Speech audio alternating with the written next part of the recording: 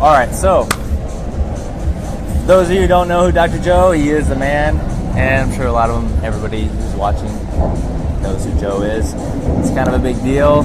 It's kind of the, sorry about the planes you can hear, but we wanted to, he's in Arizona at TNT Studios, so we wanted to bring him by. He's hanging out for a little bit, for a week, and we just wanted to get on live for a couple days and over the course of the next week, and just sort of talk about nutrition and competing and what it really looks like and what it is to be a coach. Absolutely. He kind of started it from the beginning before all the interwebs started taking off, and everyone's now a macro coach. Yes, so, well, first off, just kind of, even though a lot of people know who you are, introduce yourself and just let us know where you came from and what you did. All right. Well, probably closing in on at least 25 years ago, I was just a young bodybuilder interested in it as a hobby, and was kind of trudging through school. I was in physical therapy school and had been lifting weights since I was 11 or 12 years old, pretty seriously. I mean, that was my goal as a kid. I was a chubby little kid, and a baseball coach said, you got to start lifting weights. Yeah, we need your arm to get stronger. I was a catcher. And so I got interested in lifting weights, and man, just flash forward so many years later, as many young kids do, I ended up, with a decent physique. I discovered just by trial and error I had some okay genetics for this. So by the time high school sports were over, I was on my own. I had nothing left with organizational sports to do, so I was really just tied into bodybuilding as a sport. So after reading all the magazines, Muscle and Fitness back in the day and all that, I decided by the time I was 20 or so to do my first contest. Went to an NPC state level show and found out how difficult it was. Just got my clock clean by these older guys who've been training for 20 or 30 years. And that disappointment after just putting so much into it. I mean, imagine like a 16-year-old kid thinking I'm going to be Mr. Olympia someday and then just getting destroyed.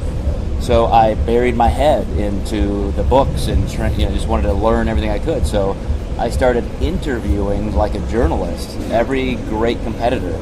I got tied into a drug-free organization at the time, so I was even promoting shows pretty early, and I just started talking to people about what they did, how they did it, and kept getting all of the old school normal answers, right? And they just failed every time. I was the typical guy who was just always looking their best a couple days after, a day before, and at that time, getting deeper into my graduate work in health and nutrition, I started connecting some dots and realizing why everything was wrong, why this wasn't working. So started doing some experimenting, and probably by my late 20s, I started helping friends, and this was still back, I guess, probably in the mid-90s. So there was nothing like this going on. The internet hadn't really even taken off yet. There was zero social media. So it was just me writing for magazines, and just, there was one point in time I specifically placed an ad in Natural Bodybuilding and Fitness magazine just to see if somebody would pay you to help them with a contest. And now, almost 20 years later, 15, 18 years later, it's just a massive industry. It's a crazy industry now. You see coaches everywhere that are contest prep coaches. They do one show and they end up being a coach. Doesn't matter how much experience they have. But yeah, it's really interesting because you as a scientist and being in the science world, even that early, you were just probably like, this just doesn't make sense at all why everyone's doing it this way. Yeah. And then when you started practicing and preaching another way, people really started to catch on. But even then, a lot of people really had a hard time believing it. Yeah, it was funny because it took a while. When you tell people or told people back then, you've got to keep water in your muscle tissue, 65, 75% water. Things like sodium, you cannot change your intracellular sodium levels enough to make a difference, and you actually need sodium to draw water into the muscle cells. All the things that are totally different, to opposite of what you would hear. Yes, it was an incredibly hard sell. And I remember not just trying to make sure my clients would trust me, but this is something I could go to conferences, fitness camps, and so forth and speak about, and it was infinitely new to a lot of people, to everybody. And now, of course, you go and talk about it, and it's very common. Yeah. It's like everybody says, yeah, I know that. Like there are still those old school people, but then most people over here really get it now. Yeah, you still have, you always have people that just won't believe it. Just because they only know one way and they're really hard-headed, they really open their mind.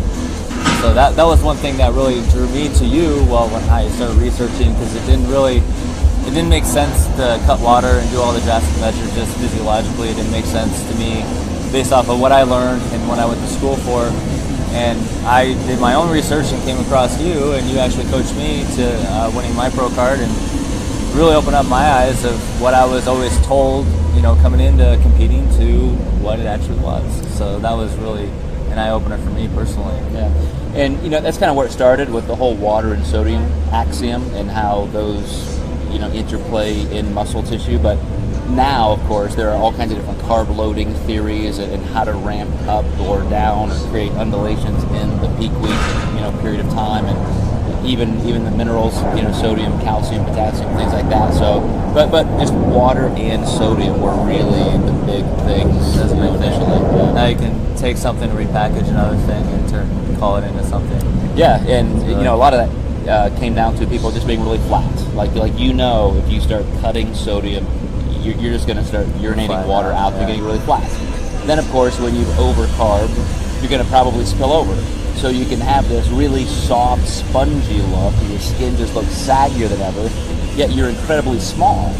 Instead of having the full muscle tissue and the thin skin with the muscle tissue pushing against it, you can't do that if you don't have the right amount of sodium and water together. And so that really is kind of a sledgehammer effect of peaking that everybody was missing. That's funny. Now, do you know let's just kind of segue into it.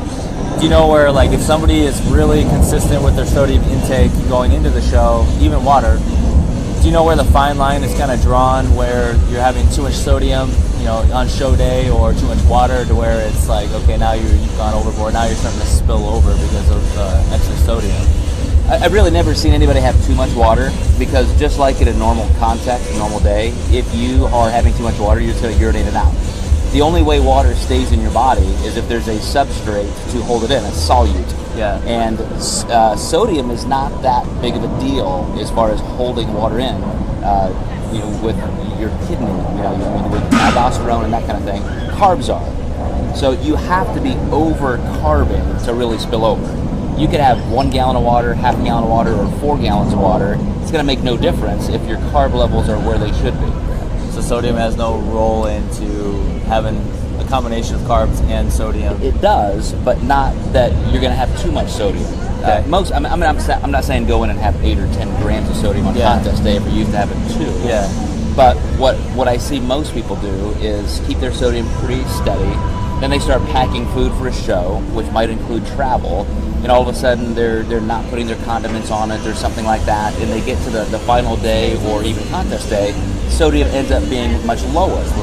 So keeping it really steady and then having room to add a little bit more. Like I had a client competing in Australia a couple weeks ago, and there was a point in time as she's sending me pictures every 2 or so hours after every meal, where she really started looking a little bit smaller, flatter, and softer, that spongy look I was talking about.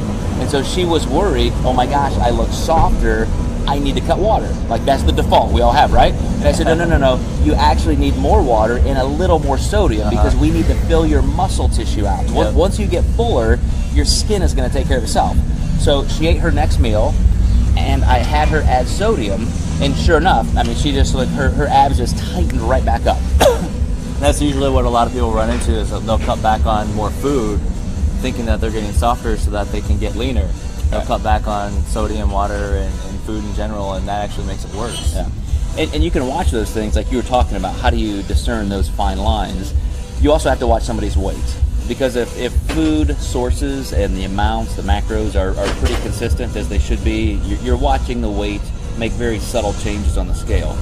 All of a sudden during peak week, if somebody starts just sliding, they're just dropping almost a pound a day, they're getting flat because of either lower sodium, so the muscle tissue is not holding water in, or their carbs are in too much of a decline, and so they're not holding water in. And you need to really catch that up, because carbs take up to 48 hours to fully assimilate. You can't just pound down a bunch of carbs on contest day and expect to rectify that. It's a 1 to 2 day process. Okay. So like the day before, you can't just really pound a bunch of food. You might get some of that assimilation, but just not the full effect. The day before is much better than the day, The day of, yeah. But you really have to watch that toward, the last half of the week. Got it. Makes sense. So more managing it is just better ultimately overall compared to just going through one simple method and just hoping that it'll work. And that's why it's so much harder to control. I mean, a lot of talk has been given to front loading, back loading, that kind of thing. And if you're having these massive swings at either end of the week, it's really hard to control. Whereas if you're kind of going into the week and ramping up, because you would probably want your clients to be full, right, and tight, not flat and tight. I mean, Right. you want that fullness. So you've got to reach it, I think, by going upward and kind of nudge against where that ceiling is, rather than try and create these massive waves and then try and time it perfectly. That's just not going to happen. Yep. And I've noticed too that those who sort of do like a super high front load earlier in the week and then come back down and then try and load up again, they actually don't look as good compared to in the front load time frame, depending on how much they did. I always find that people just don't look as good. Absolutely. And I used to do that in kind of a subtle way, where I'd want them to be a little bit full on the weekend, let's recover and so forth, then start making sure we're tightening up and then ramp up a little, just like you said. But it was very subtle. And the same thing was happening even on a smaller level, is you're always either still coming up, but not enough, or you're still coming down and playing catch up, and so you're never quite there. But if you're just really marching upward, I'm fine that if your client is ready on time to be much better. And that's the biggest key, is making sure that they're ready. That's 99% on time. You can't do anything magical or drastic to make up for it. To try and get more people, or to try and get leaner. You can't do drastic measures to try and get shredded the day of the show by cutting water or anything stupid like that, because it makes you look even worse if you do all the drastic measures. Water manipulations or sodium manipulations, that sort of thing. Because you always look better the next day after you do things like that. And it's just a matter of water. Get a high. That's the biggest thing. Everybody says, "Oh, I look so much better the day after," right? Yeah. Even if they're doing things well, most of the time is because I had a high amount of sodium. And what I always tell people is, okay, you think you look great now, but tell me why. You think you look better? Well, I'm more vascular in my forearms. Vascular. I'll say, okay, go down to your suit and let's see what your abs look like and your glutes, and let's see, because you might be really full and vascular here, but let's see if you're spilling over. Yeah. But if they really do look great, if they're fuller and tighter, either you just didn't have enough water, didn't have enough carbs, didn't have enough sodium, or combination of all three. But they usually do dictate, like, man, I had this massive pump at the gym, absolutely, and my veins were just like popping out, but my abs and everything was all blurry, and I had no cuts. Well, they won't tell you that, of course. It's just your fault because they had this all going on. It's the veins, and this one shows right here, the veins in the arms and the pump. Of course. So you got to look at the whole overall picture of everything, instead of just like, wow, I have a lot of veins while I'm working out. Well, we wanted to also talk about basically about coaching. So when it comes to coaching, you started years ago, 20 years ago you started coaching officially? Probably almost 18, 20. Yeah. So in your eyes, in your opinion, what does it really take to be a good coach? I've changed a little bit. I've come around. I used to, I don't think it was because I was just protective.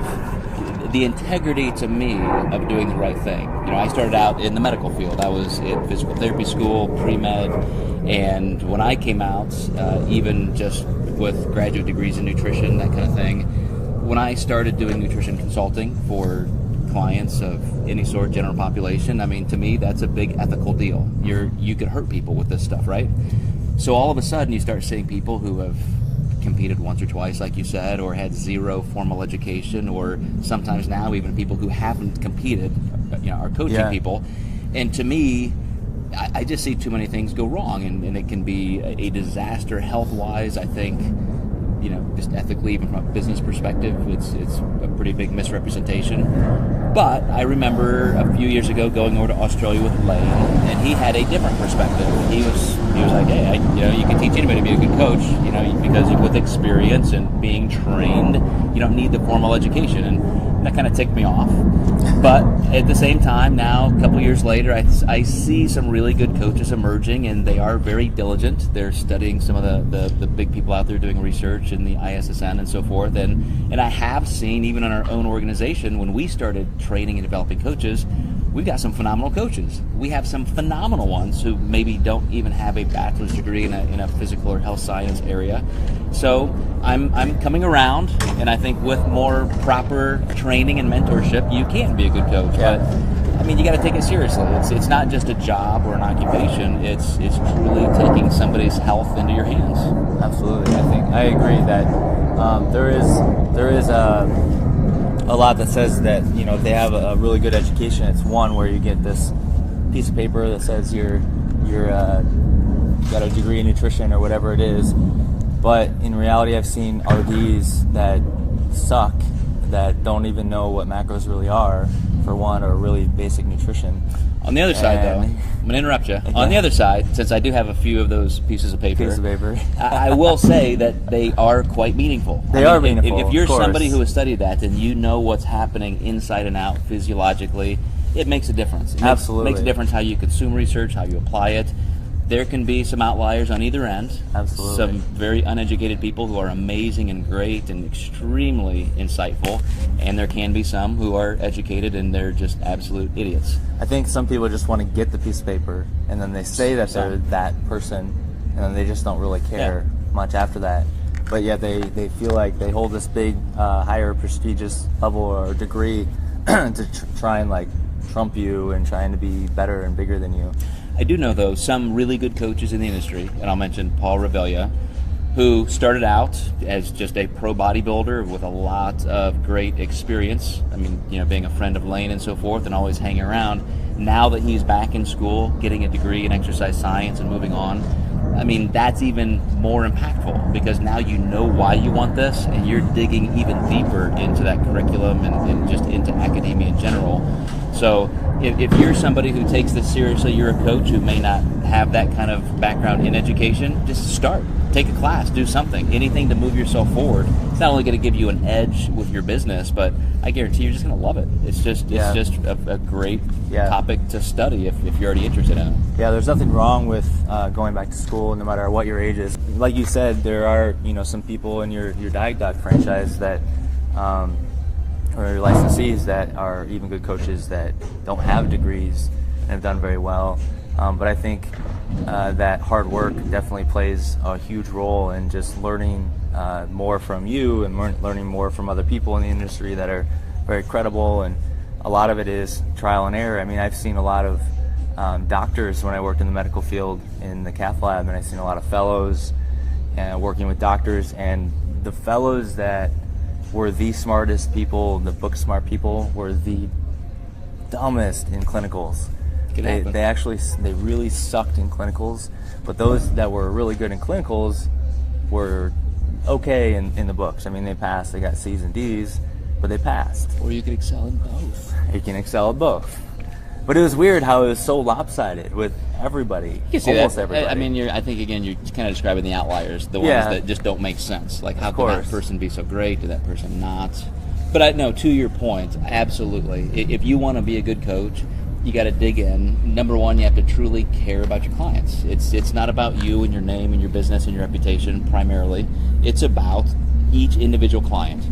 And for some of the things that people have seen me do in my time in the industry, 400 to 500 pro cards, 150 or more titles, all that kind of thing. I mean, it's just absolute dogged determination with every single client to make sure they are their absolute best.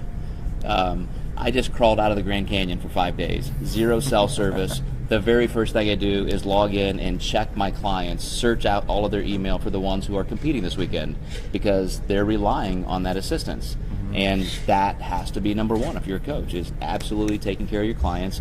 That means a massive amount of communication.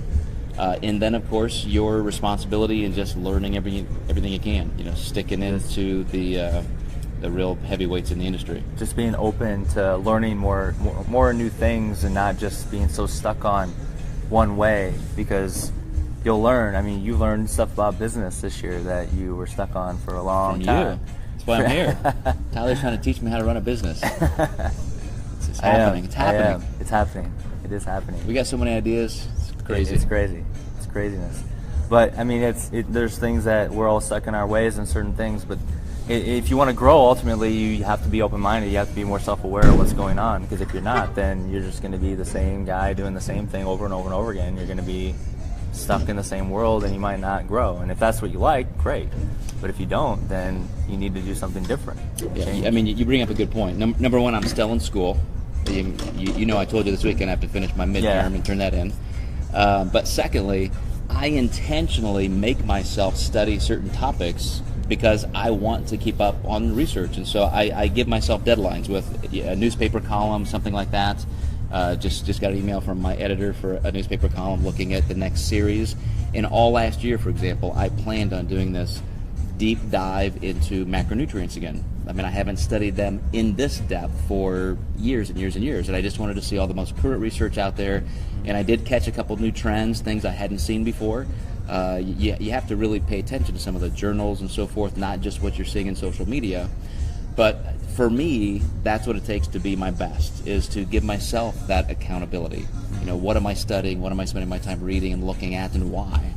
And it just, to me, it's fun, and it should never end.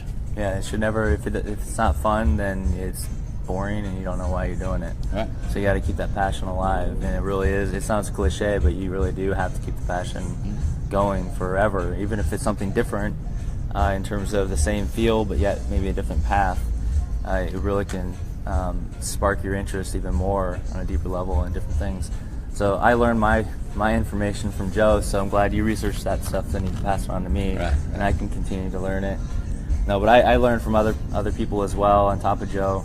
And I always ask Joe questions about certain things, and he'll either debunk it or tell me that person's an idiot, or tell me they're a great, credible person. So Joe has been my mentor since I've been coaching, so I really appreciate it. You'd still, being part of it, and just let me in your life to be able to be part of that. Yeah. One of the things that we talked about earlier, and I really mean this, it's just more fun to work with people you like, right? Mm-hmm. Like, you could sit alone in your own, little world and say, this is my business, this is my career. I just love to intersect with other people who are great at what they do. They're excited about it. They bring new skills. It is becoming kind of cliche now in business to say, hire people who are smarter than you, or work with people who are smarter than you. It's true, man. I love that. You do know so much more in certain areas than me, and so here I am. 2 or 3 months in a row coming down here. Yeah, working on some new stuff. Thanks, guys. But till then, see you guys. Appreciate it.